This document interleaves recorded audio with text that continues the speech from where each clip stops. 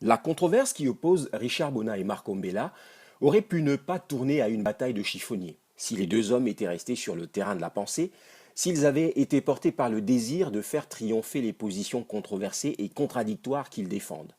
Mais la tradition camerounaise a été respectée. Un vrai problème de fond, un demi-commentaire excessif, une pluie de réactions injurieuses, un tonneau des Danaïdes de titres ronflants, clivage de l'opinion sur les détails et pas le début d'une idée, pas le début d'une solution au problème. Richard Bona et Marc Ombela sont deux personnages de la scène artistique camerounaise. Reconnus de leur père, ils ne jouissent cependant pas du même degré de notoriété eu égard à leur audience publique. Le premier est un musicien accompli, salué pour sa virtuosité, assis sur un essaim de louanges qui traverse les générations.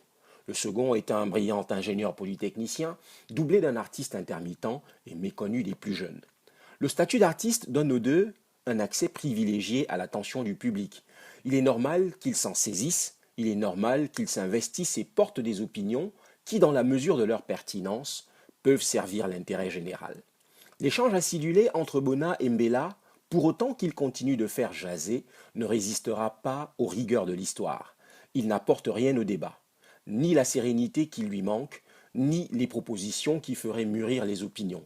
Comme un coup d'épée dans l'eau, on se souviendra au mieux d'une querelle d'ego et de positionnement, en droite ligne de ce qui se fait déjà. Tel Famendongo, furieux de n'être pas désigné secrétaire général de la présidence de la République en 2002, Paul Biya lui ayant préféré un certain Atangana Mbara.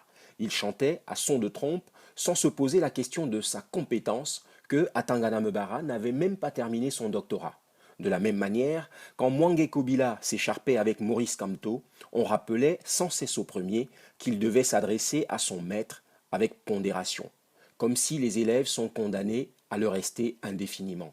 Une polarisation sur les personnes donc, une accentuation des détails sans intérêt, pour finir par détourner l'attention des vrais problèmes. Bona et Mbella ne sont pas Boutmi et Jelinek. Le français et l'allemand avaient violemment opposé leurs opinions sur les sources idéologiques de la Déclaration universelle des droits de l'homme et du citoyen. Depuis le début du siècle dernier, leurs hypothèses sont retenues comme complémentaires. Il est vrai que comparaison n'est pas raison, c'est quand même à se demander si le peuple camerounais a les hommes publics et les maîtres à penser qu'il mérite.